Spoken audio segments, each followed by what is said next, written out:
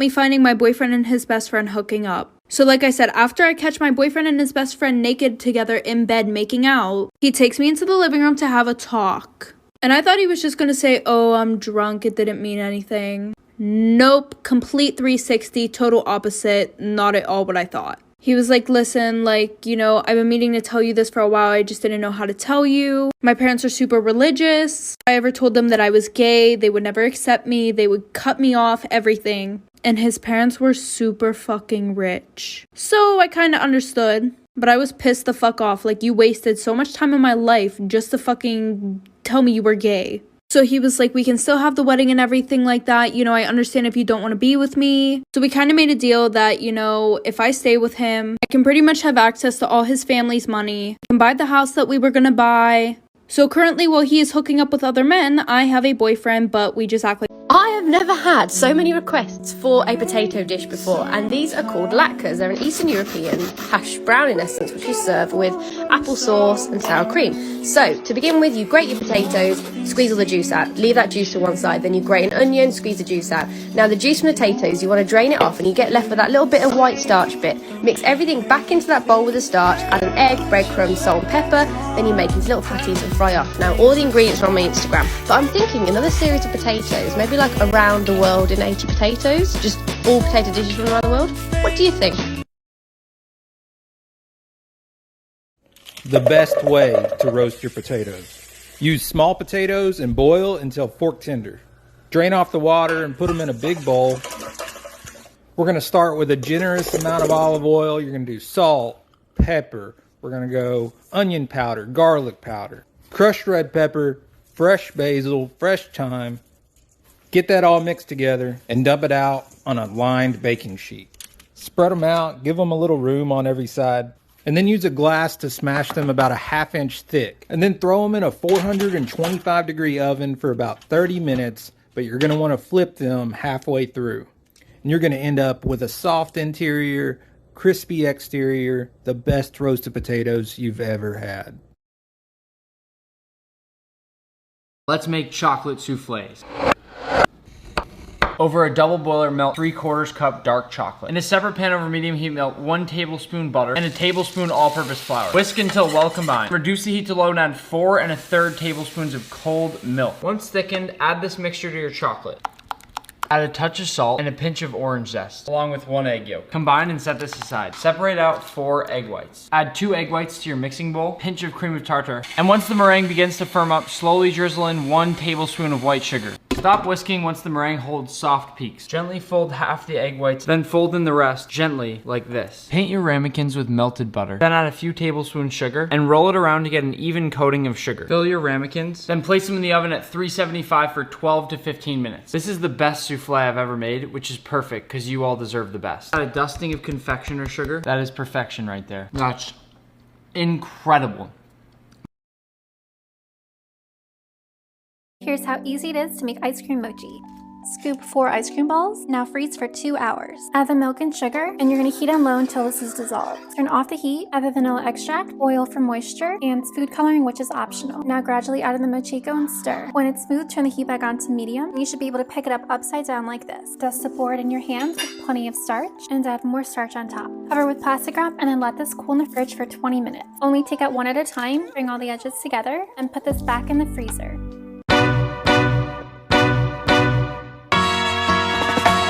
Singing low while I pop a bottle off of your chain swinging, clang clang, and it costs a lot. Bitch, I'm always at the guala, yeah, and you are not badass beat. Keep on going till you hit the spot. Whoa, I'm a big bag hunter with the bow.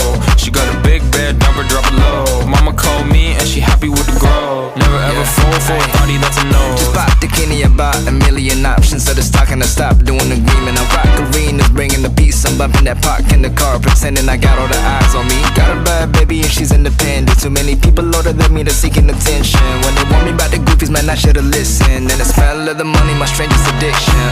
She tit for dick, I let her lit. I had to dip, I'm on for fifth. Let's make dollies. Graham cracker crumbs to cover the bottom. 1/4 cup melted butter and mix. Flatten. Condensed milk to cover the crumbs.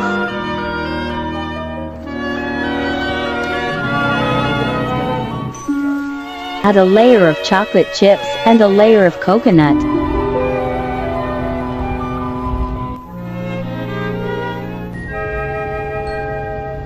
Bake at 375 for 25 minutes. Let cool and enjoy.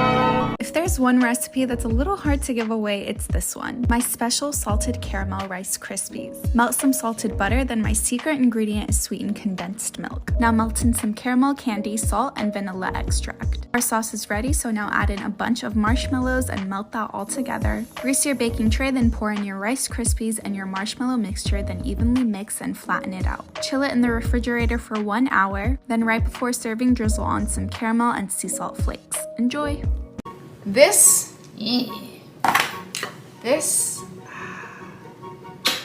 we're making pumpkin bread. 1.5 cups all-purpose flour. 1 teaspoon baking soda. 1/2 teaspoon baking powder. 1 teaspoon cinnamon. 1/2 teaspoon freshly grated nutmeg. Parchment. 1/2 teaspoon kosher salt. Whisk. Set aside. 2 eggs. 3/4 cup unsalted butter. Soften. 1 cup packed light brown sugar. Mix. Freshly roasted pureed pumpkin. I'll show you how in another video. 1 cup in. 1 teaspoon pure vanilla extract. Mix. Batter's gonna curdle. Don't you worry. Funnel in the flour on low speed until combined, so you don't make a mess. Spray 1.5 quart loaf pan. Give it a gentle tap. It kicks out the air bubbles. Into the oven, 350 degrees. Let it cool. Confectionery sugar, because you fancy. Don't worry, this is not another salmon rice bowl recipe. My boyfriend actually hates the taste of salmon, so I wanted to challenge myself to see if I could make something he would like. So I wanted to try my Parmesan crusted salmon recipe. I sliced my salmon into smaller portions and then I removed the skin from the bottom. Next, I cracked 2 eggs and gave them a nice whisk, making sure they're all mixed up. In a separate bowl, I grated some fresh Parmesan cheese, added my gluten-free breadcrumbs, a little salt and pepper, and of course some lemon juice. Top it off with some parsley and give it a nice stir and drizzle about a tablespoon of olive oil. Next, I dipped my salmon into my egg mixture and then breaded it with my Parmesan coating. You're gonna bake that in the oven at 375 for about 18 minutes and cover the breadcrumbs if they start to brown. The salmon was so flaky and delicious, you can find the full recipe on my Instagram. Enjoy.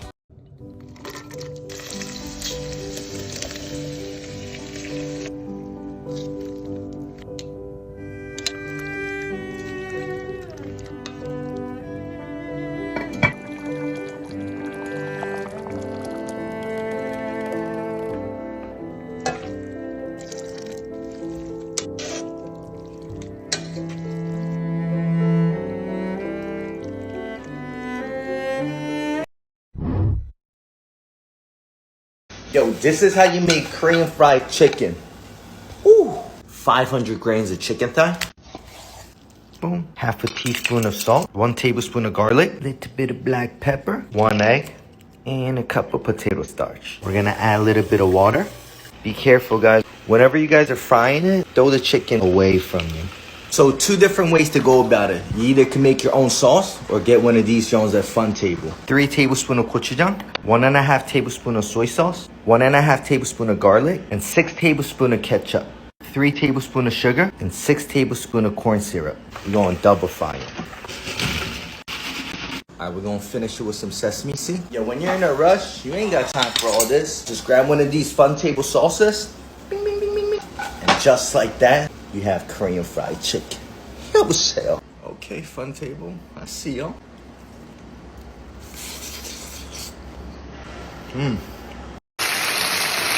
Sizzling black pepper steak.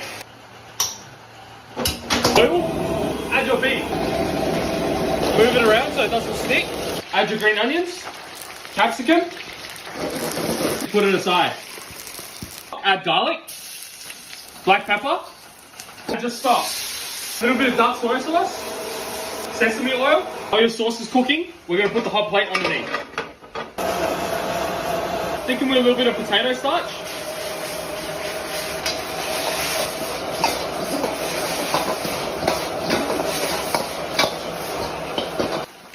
Hot plate.